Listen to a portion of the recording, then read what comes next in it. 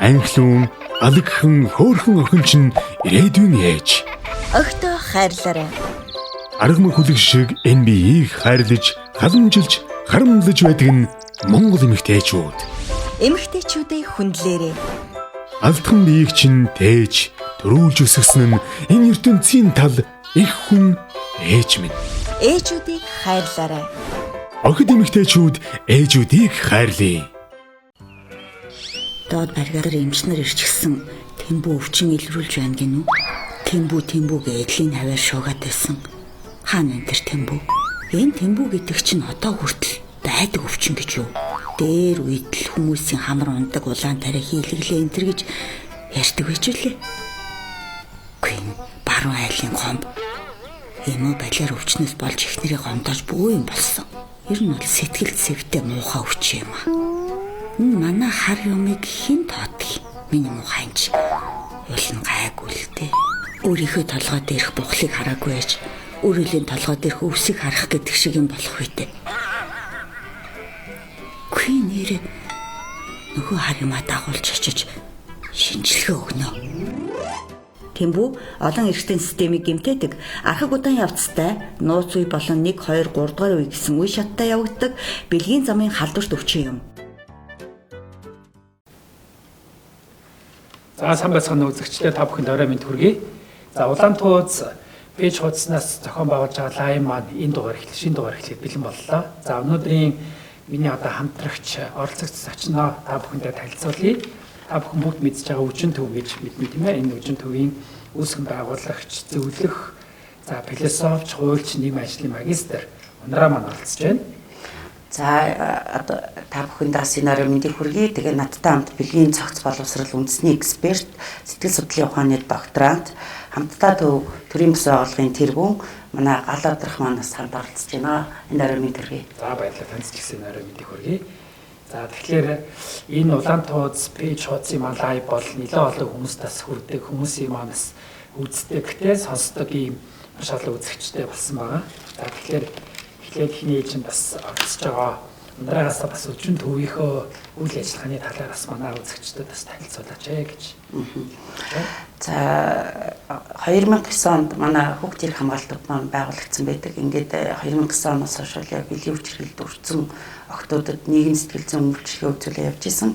За энэ хугацаанд яг энэ бэлгийн өвчрэлд өртсөн охтуудыг урт хугацаанд нөхөн сэргийх үйлчилгээ бол Монгол улсад одоо зайлшгүй байх ёстой гэж бол манай хамт олон ингээд маш олон төрлийн байгууллагууд хандж исэн. Ингээд 2018 онд засгийн газрын хэрэгжүүлэгч агентлаг гэр бүл хүүхд залуучдын хөгжлийн газрын одоо бэлгийн өвчрэлд өртсөн хүүхдэд нөхөн сэргийх урт хугацааны зөвлөх үйлчилгээний тендер шалгараад ингээд энэхүү төслийн маань үжин гэж нэртэй байсан. Ингээд бол үжин төв маань 2018 оны 11 сарын 1-нд бол анхныхаа хүүхдийг авснаар үйл ажиллагаа маань эхэлсэн. Ингээд 2019 оны байдлаар бага насны бэлгийн өвчрэлд өртсөн охтыг яг сар боллооны одоо үйлчлэгэнд хамрагдсан хүүхдийн дагавар нийтдээ бид нэр 196 хүүхдэд урт хугацааны нөхөн сэргийх үйлчлэгийг үзүүлсэн байна. Тэгээд хамгийн бага нь бол одоо 4 настай, хамгийн одоо дээд нь 17 настай, эртний төвшин асар их өндөртэй, мөн одоо хөгжлийн бэрхшээлтэй, жирэмсэн, сэтгэл зүйн хувьд нэлээд одоо эмгэг авчихсан, амийн орлогуудаа дараа хийчихсэн юм нэлээд эртний төвшин өндөртэй хүүхдүүдийг 21 аймаг 9 дүүргээс Хөгжлийн тусламжийн 108-ын дэрэгдэх төр хамгаалах байрнаас одоо манай одоо үжин төвд одоо төрийн одоо машин тийм ээ хамгаалт нууцлалын хүрээнд бас одоо энэ төв маань ажиллаж байна. Одоо манай төв маань өмнө одоо нэг төвтэй байсан бол одоо бол ингээ хоёр төвтэй, 3 дахь төвөө яг энэ бэлгийн өвчрэлд өртсөн хүүхдүүдийг нөхөн сэргийх төвөө бас одоо нээж ажиллуулахаар ажиллаж байна да. Тийм. За тэгвэл та бүхэн маань бол маш чухал ажлыг бол зохион байгуулж байна. Яагаад ерөнхийдөө бол хүүхдэд маань ийм одоо хүүхд хамгааллын асуудлыг эцэг эхчүүд маань яагаад хүүхдэд хамгаалж чадахгүй байна? Яагаад хүүхдэд маань ийм одоо бэлгийн өвчрэлд өртөд байна? Энэ өртөж байгаа гол шалтгаан одоо энэ төвд ирсэн хүүхдүүдийн судлаад үзэхлээр юу ямар хөө байд юм бол таны талаас. За ер нь бол за миний би 2017-аас 18 онд засгийн газрын үйлчлэгийн хүүхдийн тусламжийн 108 төвийн дарга хийжсэн. Ингээд хүүхдийн тусламжийн 108 төв дээр ирж байгаа дуудлага мэдээлэл тэн дундаа эрхийн зөрчил хамгааллын дуудлагуудыг одоо авч үзэхэд бол дийлэнх гэр бүлийн орчинд одоо бие махбодын болон сэтгэл санаа үл айгарах, за бэлгийн гэсэн ийм хүчрхийлэл өртдөг гэсэн ийм хаан судалгаа байдаг. Үжин төв дээр үйлчлэл авч байгаа нийт хүүхдүүдийн маань 85 орчим хувь нь яг гэр бүлийн орчиндөө ураг төрлийн хүчрхийлэл өртсөн гэсэн юм одоо статистикуд байна.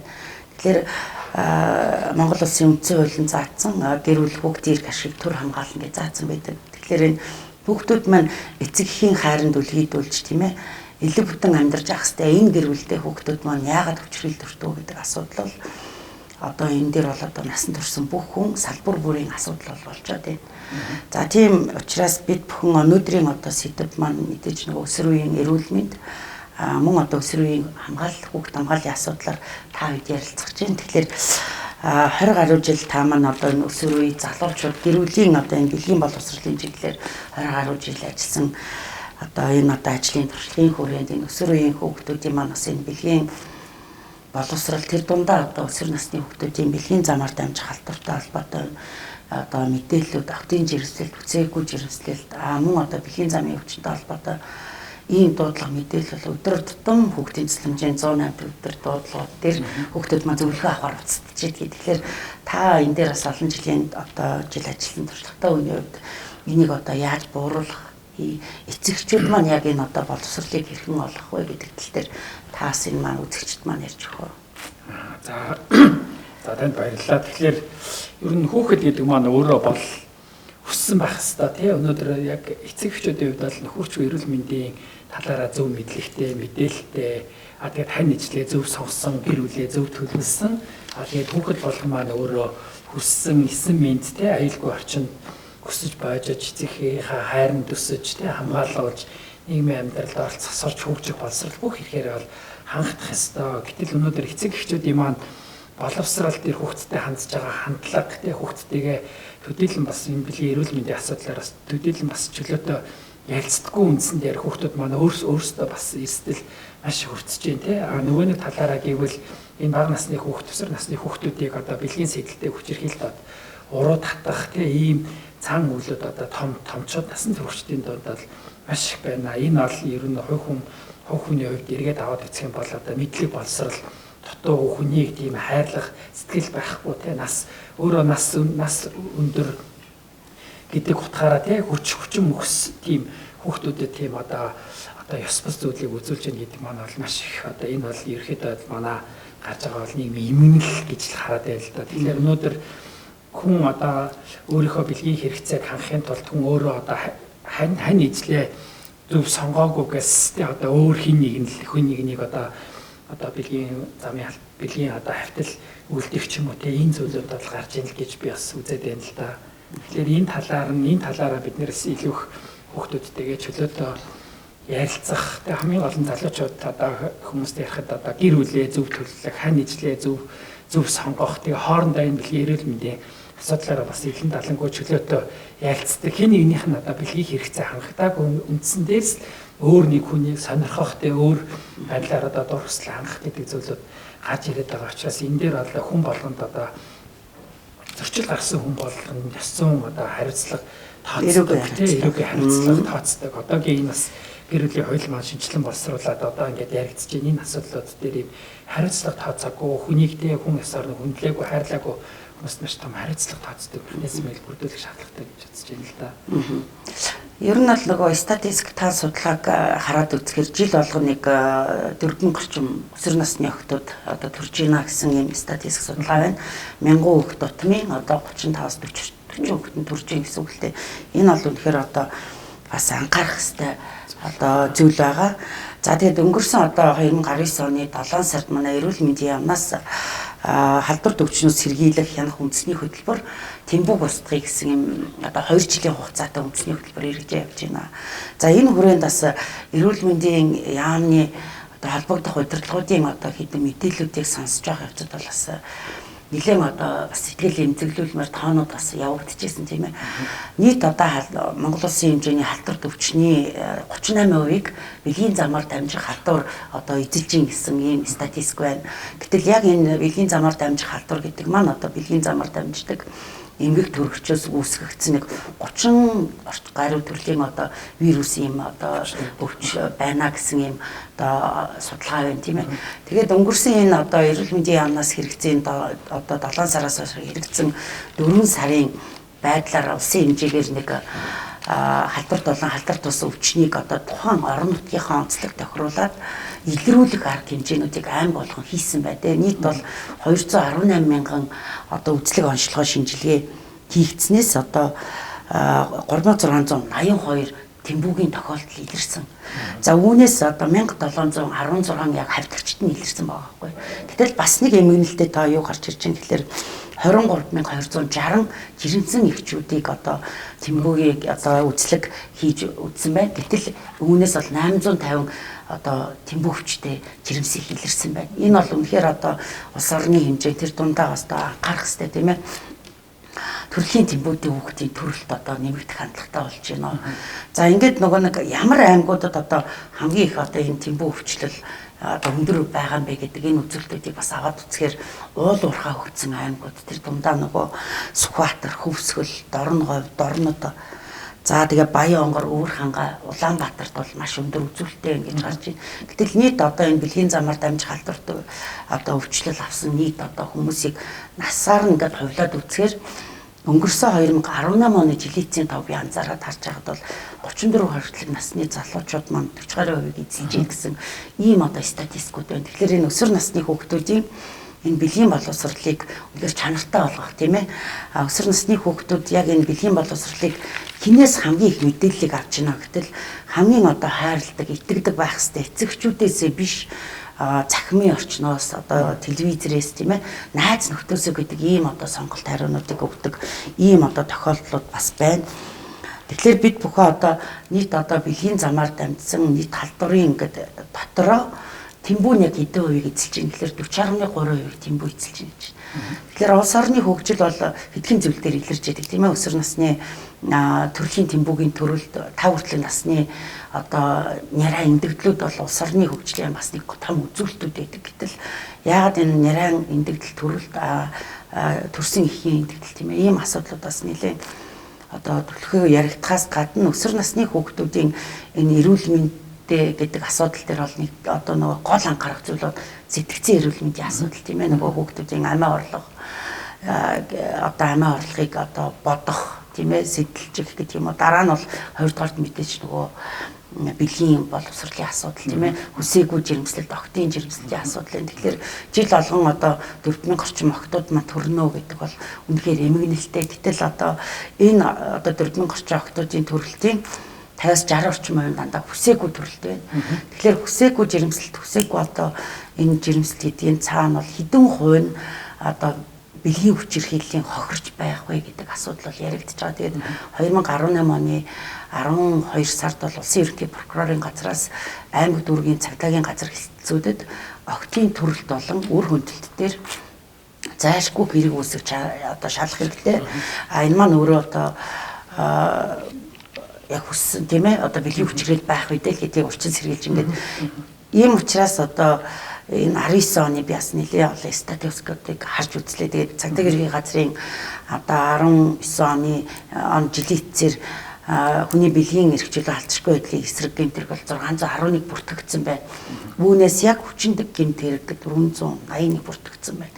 Гэтэл эдгээр одоо тооны цаана хичнээн хүүхэд хохирч байгаа гэдэг дээр бол бид нараас одоо анхаарах цаг болчихжээ. Тэгээд жилдээ нийтдээ нэг үр хөндөлтөнд орж байгаа нийт эмэгтэйчүүд нэг жилдээ нэг 15,000 гаруй эмэгтэйчүүд үр хөндөлтөнд одоо орж ийнэ гэж байгаа. Гэтэл энэ үр хөндөлтийн маань цаана бас одоо 5.5%-ийг өсвөр насны охтууд үр хөндүүлсэн байх жишээний. Тэгээд энэ үр хөндөлтөнд бас ямар одоо хүүхдүүд одоо өсвөр насны хүүхдүүд одоо нэлээд хот суурин Улаанбаатар аймаг юм уу юм хот суурин байгаа одоо охтууд жирэмсэн тохиолдолд үр хөндүүлж чадчихна. Гэтэл яг аслагдвал хөдөө байдаг ихэнх охтууд маань хүсээгүй байжж энэ одоо хүүхдэд төрүүлж байгаа юм байна гэсэн юм одоо статистикууд харагдаж байгаа. За маш их баярлалаа. Би тэд за зочноосоо бас нэлээд олон тоо баримтуудыг сонслоо. Өнөөдөр яг бэлгийн замаар дамжих халдвараас бол хин ч өөрийгөө хамгаалахын боломжтой халдвар байгаа тийм боломжтой халдвар байгаа. Халдварлах зам нь бол халдварлаж байгаа зам нь бол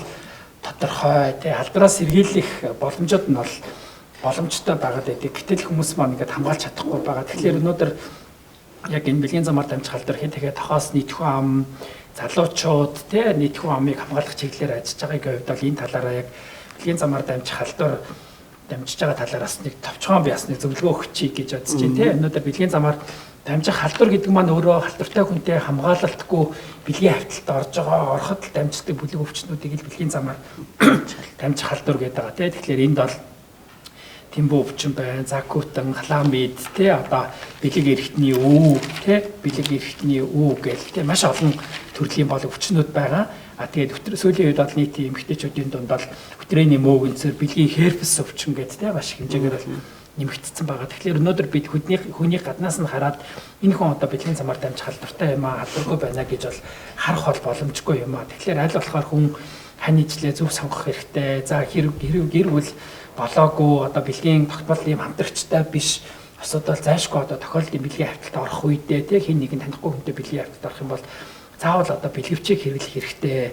Бэлгэвч бол өөрөө ол хэрэглэхэд бол маш авсаархан үн өртгийн үед бол боломжийн за манай эрүүл мэндийн яам холбогдох бэлгийн замаар дамжих халдваруудын кабинетууд төсвөр үеэлтэй клиникүүд дээр тий одоо бэлгэвчүүдийг бол үн төлбөргөө тараацж байгаа. Гэхдээ Монгол улсад бол нөөц бол маш багатай. Сүүлийн үед бол бэлгэвчний хангалт бол багч гэсэн манай хувийн хвшлийн компаниуд одоо нийгмийн хариуцлага ухамсарлах үндсэн дээр маш олон төрлийн хүмүүсийн сонирхлыг татсан төр бүрийн одоо бэлгэвчүүдийг те одоо Ацбарм одоо Монсч байд юм уу те эмийн аптекууд бол маш их хэмжээгээр оролцуулж байна. Тэгэхээр энийг бас авч хэрэглээч. Өнөөдөр бэлгэвч өөрөө бол өртгийн үед бол хямдхан өнөөдөр та 1000 2000 3000 төгрөгөөр бэлгэж аваад хэрэглэх үү тэндээс тэрийг хэрэглэхгүйгээс болоод та өвч авах юм бол хамгийн дотол нь одоо тэр эмнэлэгт 2 3 удаа очиж үзүүлэх хэрэгтэй болно. Дээр нь одоо эмнэлгийн үйлчилгээний ойчор дараалал ихтэй.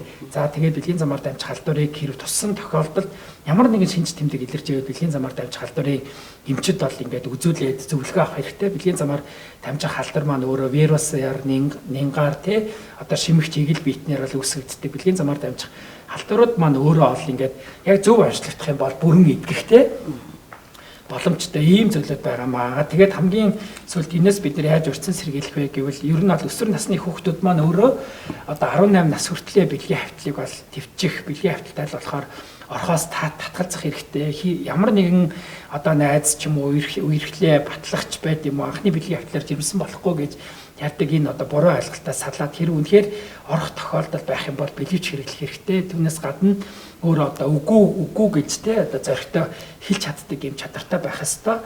За дараагийн нэг зүйл маань болохоор бэлгийн замаар дамжих халдвар төвчнөөс хамгаалах зүйл маань бол гэр бүлийн хүмүүс маань бие биендээ энэ талаар бол чөлөөттэй ярилцдаг, тохиолдлын бэлгийн хавтлыг төвчдөг, зайшгүй тохиолдолд одоо бэлгэвчийг тогтмол одоо зөв хэрэглэх нь илүү зүйтэй юм аа. Тэгээд өнөөдөр Монгол улсад та бас ярьлаа бэлгийн замаар дамжих халдварын түвшин маань ингээд жил их тосон бол 5% бас нэмэгдэж дээ. Жилдээ 30 гаруй хүмүүс 30% нь бэлгийн нийт халдвар төвчний 38%-ийг бэлгийн замаар дамжих халдвар төвчин усаад энэ маань буурахгүй байна гэхлээр хүмүүсийн дунд одоо мэдлэг маш муу байна. Тэгэхээр энэс урьдчилан сэргийлэх мэдлэгтэй энэ чиглэлээр одоо хоорондоо гэр бүлийн хүмүүс хоорондоо ярилцдаг өсвөр насны хүүхдүүдтэй тэгээд түүнээс урьдчилан сэргийлэх талаар одоо чөлөөт ярилцдаг. Тэгээд миний нэг бодож авдаг зөвлөгөө тухайн албан байгууллага болон одоо албан газар дээр ажил дээр энэ бэлгийн эрүүл мэндийн боловсрол болох юм сургалтуудыг бас хамт олон ажилчдынхаа дундаас тогтмол ингэж явуулаад хэрвээ хин нэгэн хүн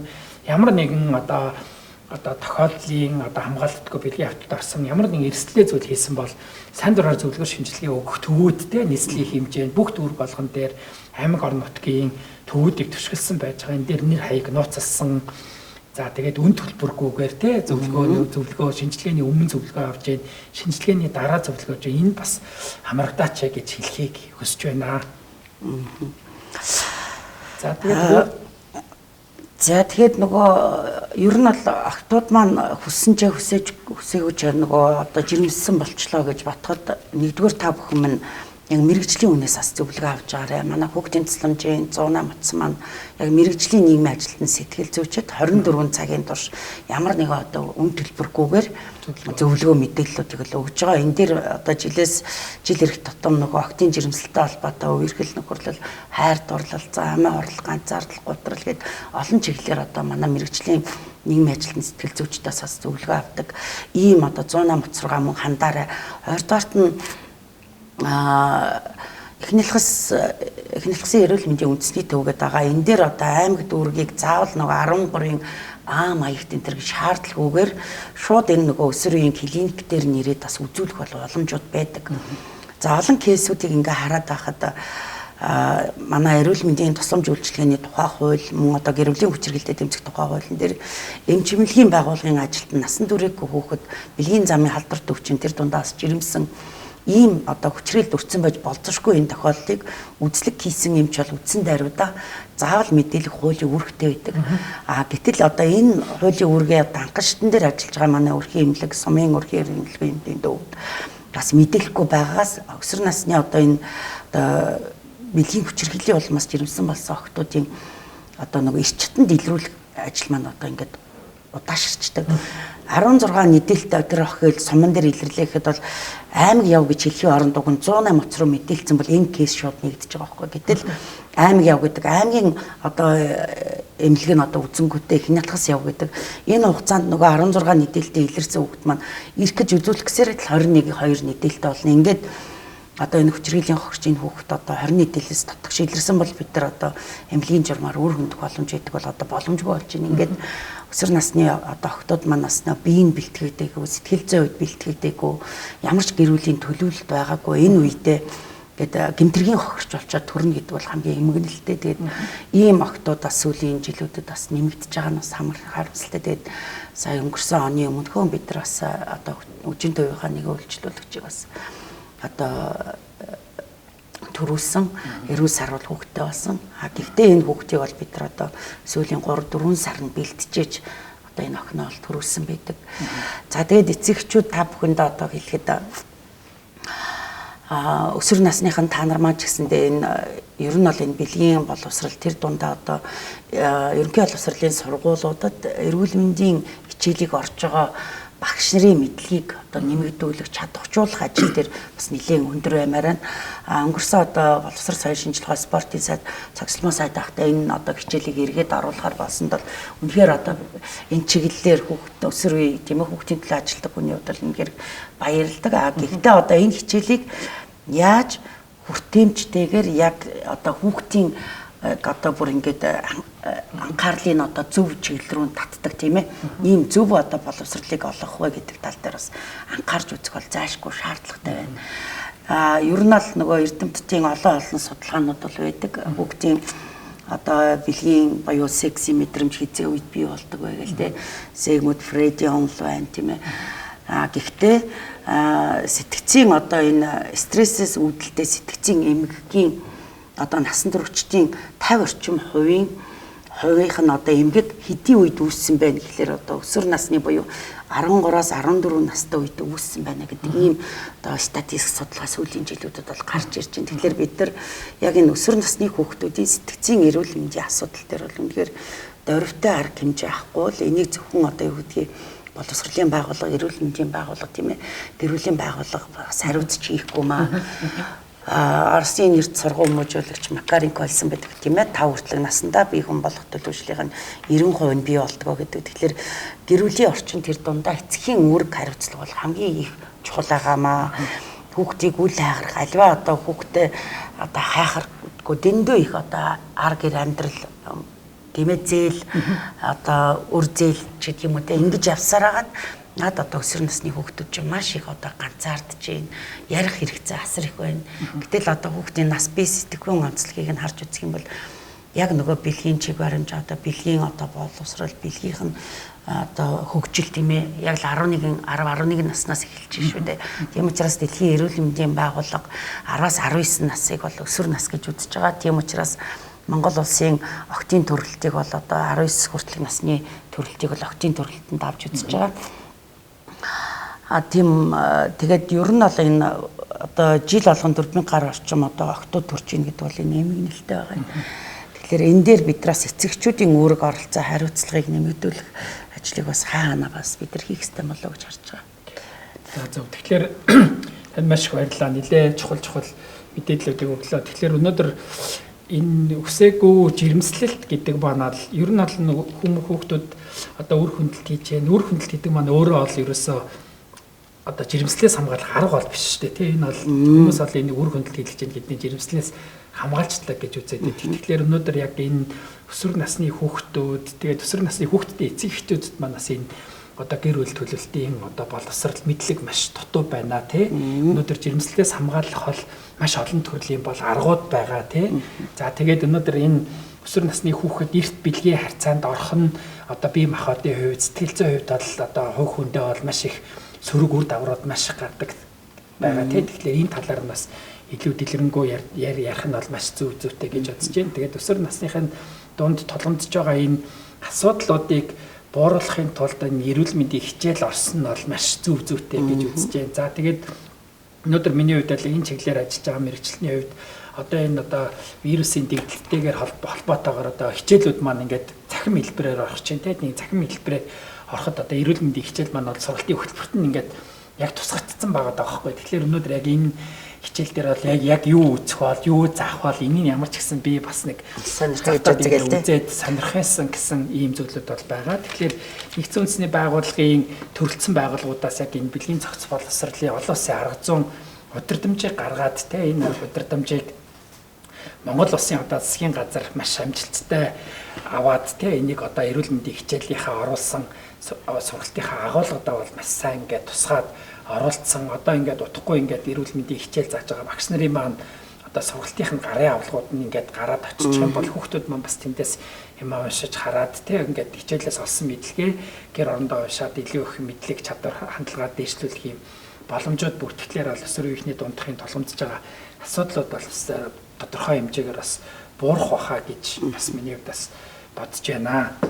За тэгээд шүүр одоо танд нэмж өсвөр. За ер нь бол нөгөө өсвөрийн хүүхдийн эрүүл мэнд одоо өрчөө мэдээлэл авах боломжууд бол асар их байгаа.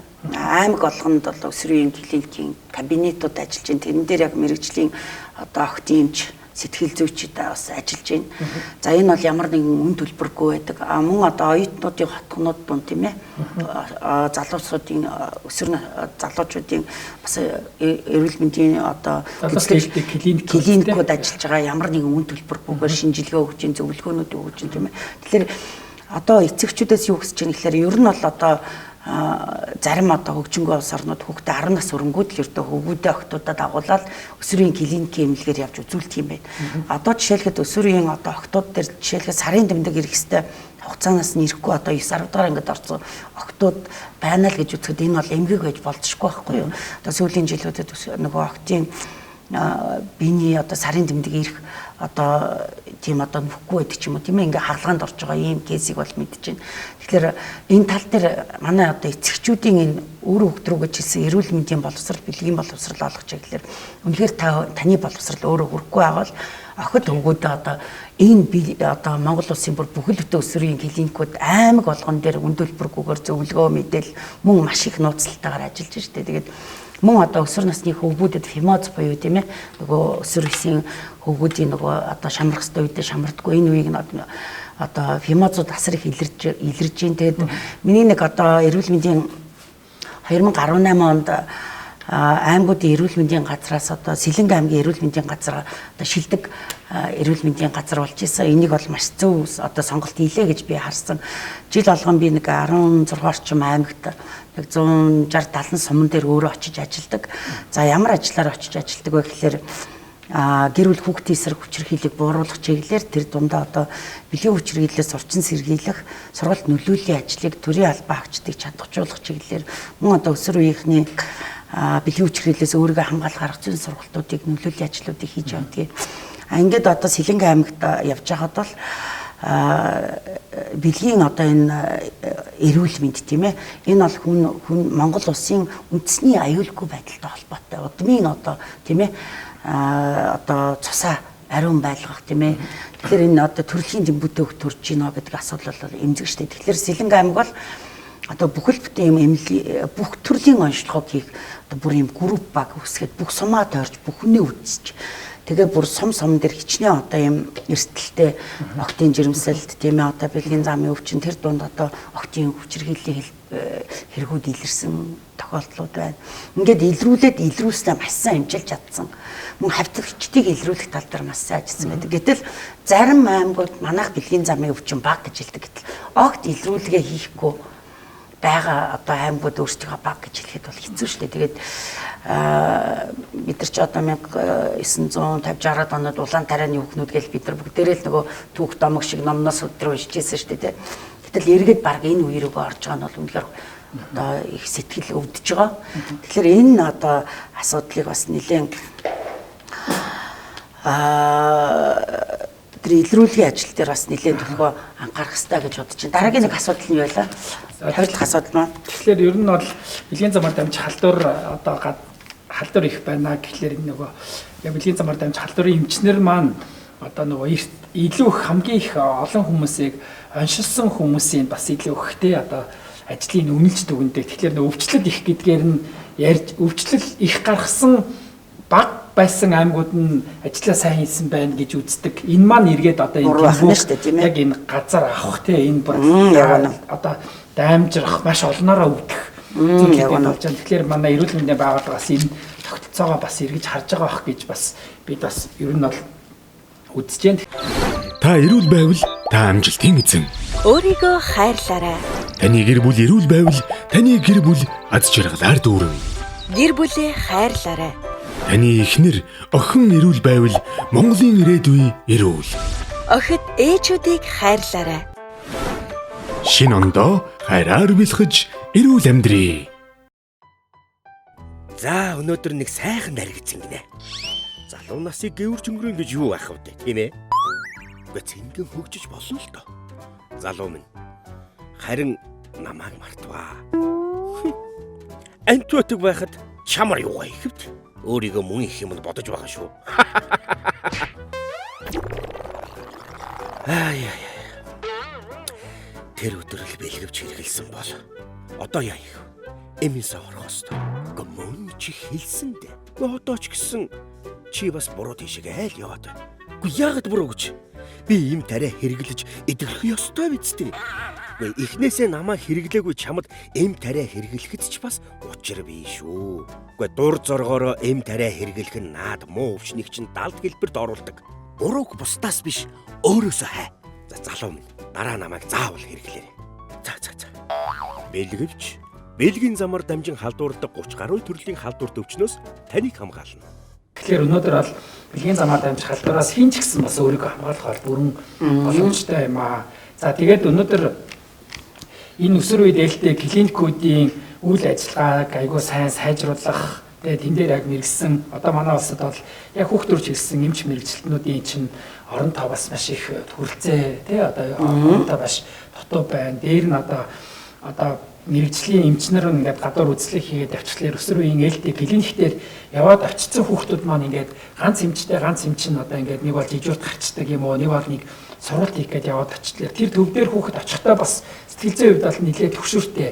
Ямар нэгэн асуудалтай хүүхэд ингээд өвдцсөн үедээ юм уу ямар нэгэн асуудалтай би ямар нэгэн завартай байхад арай хийж нэг төр төвийн хаалгыг татаад очих гэтэл тэр нь одоо гадуур ажилдаа сургалттай гэдэг үндслээр хүүхдүүд маань нэг өө юм чинь байдгүй юм байна гэдэг байдал нь эргээд нэг үеийнхнээсээ дам яриагаар эмчлэх ч юм уу те дур мэдэн хандах за эмийн сангийн хүмүүст хандаад шууд одоо эмчилгээ заалгуулад хийчдэг ч юм ийм зүйлүүд бол ерөөсөө байж болохгүй. Өнөөдөр бэлгийн замаар дамжих халдвар маань өөрийн гэсэн тий өвчин болго өөр гэсэн шинж тэмдэгтэй өөрийн гэсэн одоо эмчлэх аргуудтай байгаа. Энэ буруу эмчилнэ гэдэг нь төсөв төр хугацаагаар эмчилсэн ч гэсэн тэр хүмүүсийг эргээд одоо үргүүдэлд хүргэх жирэмсний одоо гуман гадуурх жирэмслэлтэнд бий болгох тий бусад одоо өвчнөд маш их амархан одоо өвчлөнтгөө болох ийм зүйлтэй гэдгийг бас хэлхэн зүйтэй авах гэж бодож байна. Тэгээд өнөөдөр бэлгийн замаар дамжих халдварт өвчнөд өнөөдөр тусч байна гэдэг маань хэдийхээ байгийн халдварт бол өртөх бол эрсдэл яг өндөр байна гэдгийг бас харуулж байна. Тэгэхээр өнөөдөр хүний таталхамслын вирусын халдварт хүртэл манай өсвөр үеийн хүүхдүүдээс бас ингээд 15-19 наснда бүртгэгдсэн тохиолдлууд байгаа. Тэгэхээр өнөөдөр энэ эцэг эхийн анхаарал халамж дутуу байна. Эрүүл мэндийн үйлчилгээний маань чанар хүртээмж нь бас хангалтгүй байгаа учраас энд бас хүүхдүүд маань хүртэж байна. Тэгэхээр энэ хүртсэн хүүхдүүдэд аваад цэцэх юм бол илүү нөгөө тэр эцэг эхчүүд хоорондоо хүүхдтэйгээ бас чөлөөтэй ярьдггүй тий чөлөөтэй ярилцахгүй байна. За эрүүл мэндийн газар хандаж бас чадахгүй байна гэдгийг хэлээ. Тэгээд манай за Монголын гэр бүлийн сайн сайхны нийгэмлэг бол өнгөрсөн одоо 5-6 жилийн хугацаанд бид бол үеийнгийн сурагч хүүхдүүдийг маш их хэмжээгээр бэлдсэн. Тэгэхээр энэ үеийнгийн сурагч хүүхдүүд маань өөрсдөө хамгийн дотолтой бол нэг 24 цагийн буюу 3 өдрийн сургалтаар энэ бэлгийн цогц боловсролын 100 одоо 8 бүлэг асуудлуудыг бол бүгдийн тий одоо хүний бие нөхөрчгүй эргэтэн тогтолцоо нь ямар байдгийг за хүн хэдийд яаж ямар тохиолдолд жирэмсэн болдгийг жирэмслээс өөрсдөө яаж хамгаалах ёстой юм за айцтай үгүй гэж яаж хэлэх юм те одоо хүнийг бас ялгуулан гадуурхгүй хүнтэй бас зөв болгосон яаж харьцах ямар одоо гендер мэдрэмжтэй бие биенээ те хүндэтгэлтэй харьцах талаарх ийм бидлэг ур чадваруудыг бас эзэмшүүлж энэ үеийнгийн сурагчдаар дамжуулж жилдээ нэг 20 гаруй мянган өсвөрийн залуучуудад бас хүрч ажиллаж байсан. Тэгэхээр энэ үеийнгийн сурагч нарыг өшөө цаашаад бүх аймаг болгон за сум болгон дээр одоо үеийнгийн сурагч нарыг бас бэлтгэх тэднийг одоо өмнө бэлтгэсэн хүмүүсийг маш сайн чадваржуулж тэднэр дамжуулан энэ өсвөрийн залуучуудад хүргэх ажлыг тэгээ одоо гэр бүл залуучуудын хөгжлийн газар залуучууд хөгжлийн төвүүд бусад одоо эмч мэрэгчлэн ажилтнууд одоо үеийнгийн сурагч нартай бас илүү хамтарч ажиллах юм бол бас энэ өсвөр үеийн чиглэсэн ажлуудыг бас бид бас нэлээ төлхөө хийх бас боломжтой гэж үзэж байна. Та энэ актив үзлэгийн талаар ер нь ямар бодолтой байдаг? Ер нь үзэх зөв юм уу? Буруу юм уу? Ер нь бол хүүхэд эрүүл өсөж бойжхал ёстой. Тэр хүүхэд өнөөдөр бэлгийн харьцаанд орсон байна уу, тэ бэлгийн хавьталд орсон байна уу гэдгийг үзэж танахаасаа илүү тэр хүүхдэд одоо ямар нэгэн эрсдэлтэй бэлгийн хүчирхийллийн үзслэр одоо бэлгийн одоо хавьталд орсон байна уу, ямар нэгэн хин нэгний дарамжхалтай байна уу, хүүхэд өөрөө хүсэж орсон байна уу гэдэг асуудлуудыг нь бол толгуурлж үзээд энийг бол ер нь бол хүн өөрөө зөвхөн хүссэн үедээ очиход л эрүүл мэндийн үйлчилгээнүүд маань хүртээмжтэй байхад л эцэг эхчүүд өөрсдөө очиад агуулад үздэг. Хүүхдүүд маань өөрсдөө зөвхөн найз нөхдөдөө нийлээд 2-3-аараа нийлээд очиод л үзүүлээл ийм байна, тийм байна гэдэг дээрээ зөвлөгөө авдаг нь л зөв гэдгийг гэхээс тэр хүүхдүүдийг бол хамгаалан сургуульдаар нэг дараар нь бүгднийг ингэж үзүүлэх бол энэ бол хүний эрхийн ноцтой зөрчилтэй. Энийг бол миний мэрэгчлэний хувьд бол энэ бол буруу зүйлээ гэж үздэг. Тэрний оронд тэднэрт бас яг зөв мэдлэгийг өгөөд түүнээсээ өөрийгөө хэрхэн яаж хамгаалах вэ? Хэрвээ нэгэн ямар нэгэн бэлгийн хавьталд ороод яалтчгүй одоо өөрөө сонирхоод хүсээд найзтайгаа орох боллоо гэхэд бэлгэвч гэдэг зүйлийг өөрөө зайшгүй хэрэгэлдэг тий одоо өнөөдөр үеийнгийн сурагч нарыг бид бэлтгэхдээ үеийнгийн сурагч хүүхдүүдтэй бэлгэвч гэж ямар зүйл байдлыг хаана хөдөлталдгийг хаанаас авах ямар материалаар хэрэгэлдгийг яаж хэрэгэлдгийг хэрэгсэн бэлгэвчээ гарахтаа яаж шалгаад яаж зангидаад хаях ёстой хаана хаях ёстой годомжинд хайж болохгүй энэ зорлонгийн суултаар хайж болохгүй зөвхөн л дээ хогийн савнд хаях хэрэгтэй бэлгэвч бол өөрөө бол одоо нэг удаа хэрэгэлдэг давхарлан хэрэглэж болохгүй бэлгэвчийг зөв хэрэглэсэн хүн бол ямар ч гэсэн хүсээгүй жирэмслэлтэнд өртөхгүй тий үр хөндлөлт хийхгүй тэгээ өнөөдөр бид өсвөр үеийнхний дунд яриад байхлаар хүсээгүй аавууд ингээд аав одоо хүүгүүд маш их байна гэдэг. Тэгэхээр өнөөдөр эрүүл мэндийн хичээл орж байгаа багш нар маань за жирэмслэлээс хамгаалах аргуудыг заахтаа за энэ бол зөвхөн охтуудад хамаатай гэдэг хүүгүүдийн гаргаад те гаргачаад охтууд зааж исэн юм тохиолдлуудад байгаад байгаа. Тэгэхээр одоо энэ эрүүл мэндийн хичээлийн суралцгуун удирдамж аргачлал нь өөрөө өөрчлөгдсөн учраас энд бол хэнийг ч орхигдуулахгүй тэр сургууль тэр ангид сурж байгаа л бүх хүүхэд л энэ талын одоо зөв мэдлэг те мэдлэгийг тэр хүн өөрөө охтууд нь ээж болно хүүгүүд нь аав болно тийм үү. Тэгэхээр чи энэ эрэгтэй эмэгтэй хоёр нийлжээж гэр бүл гэдэг ийм нийгмийн сайхан анхтарч орчныг бүрдүүлэх учраас энэ харин өсвөр үедээ энэ талын мэдлэгүүдийг аль нь тэгш хүртээмжтэйгээр оновчтойгоор аль нь оролцуулсан байдлаар өгөх нь бол илүү зөв зүйтэй гэж бодож байна. За. Ер нь л нөгөө актив үзлэгтэй холбоотой ер нь эцэгчүүдээс болон яг энэ чиглэлээр хуулиар үүрэг хүлээсэн төрийн албаагчдаас олон төрлийн саналууд ирдэл байдаг л да. Тэгээд ер нь бол дэлхийн эрүүл мэндийн байгууллагаас бол энийг бол ноцтой хүн эрхийн зөрчил гэж үзэж байгаа тийм ээ.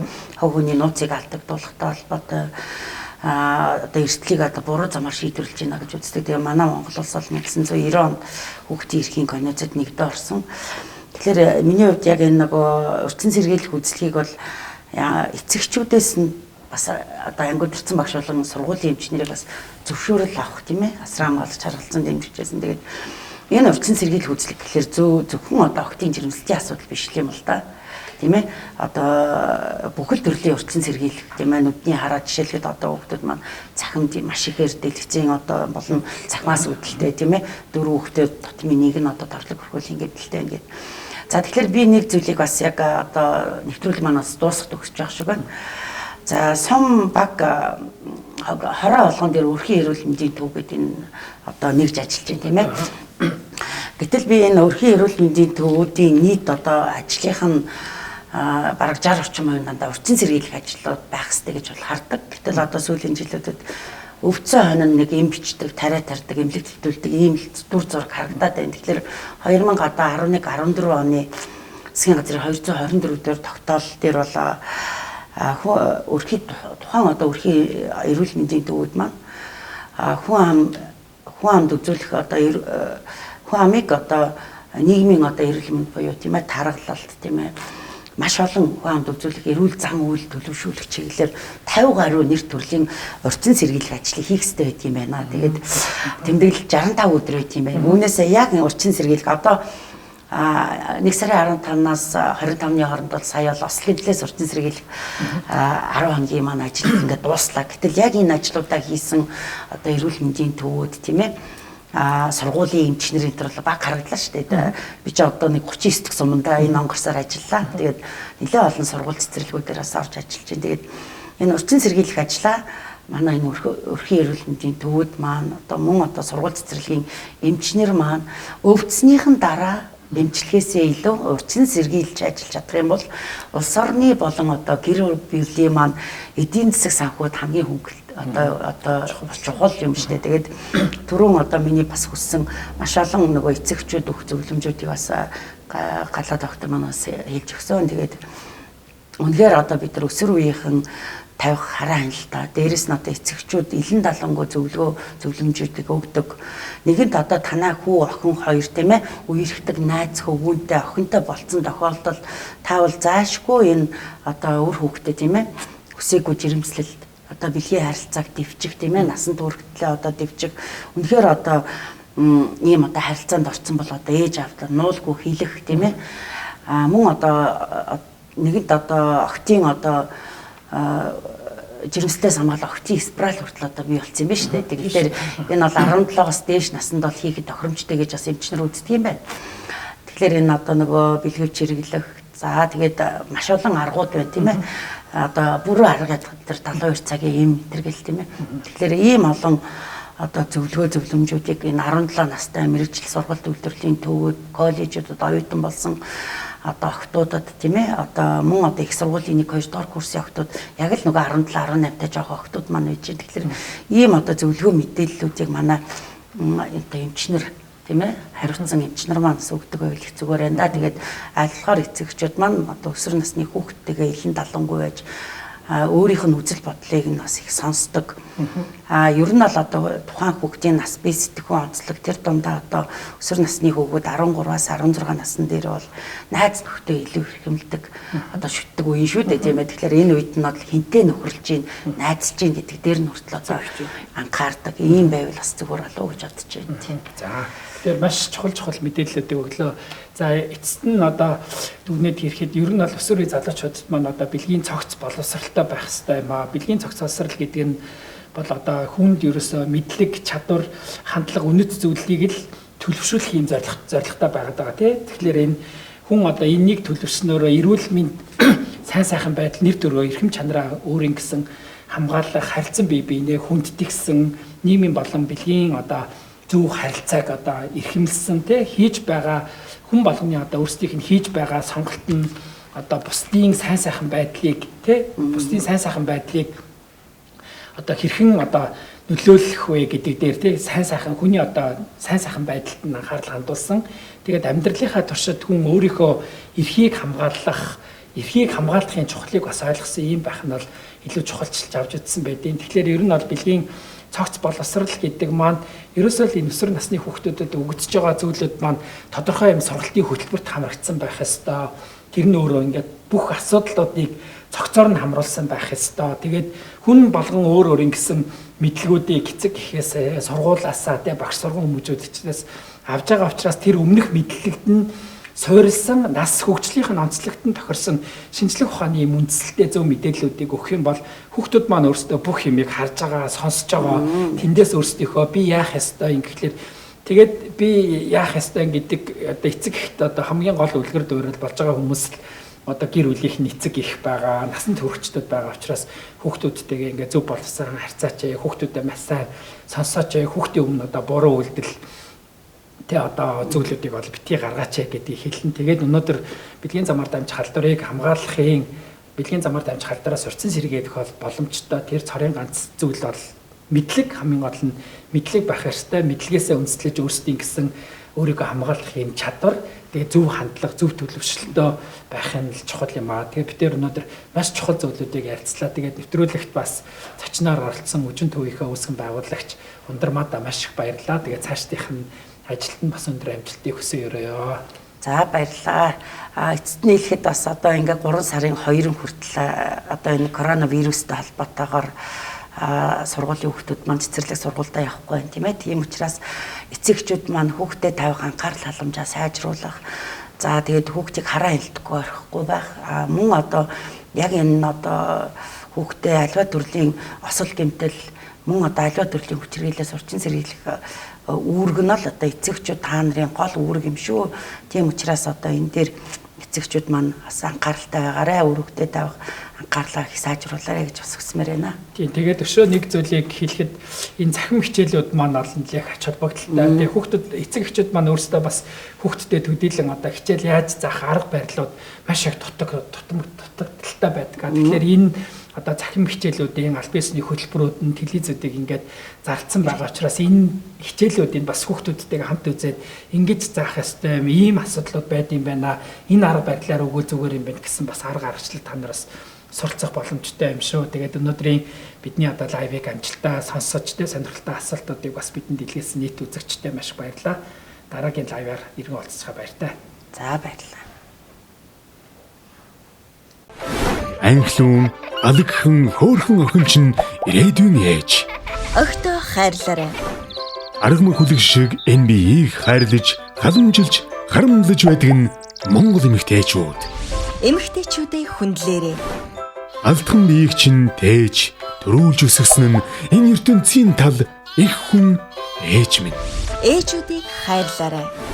Охид эмэгтэйчүүд ээжүүдийг хайрлая. Доод баригаар эмчнэр ирчихсэн Тэмбүү өвчин илрүүлж байна гинүү. Тэмбүүгээ эдлийн хаваар шуугаад байсан. Хаана энэ тэр Тэмбүү? Энэ Тэмбүү гэдэг чинь одоо хүртэл байдаг өвчин гэж юу?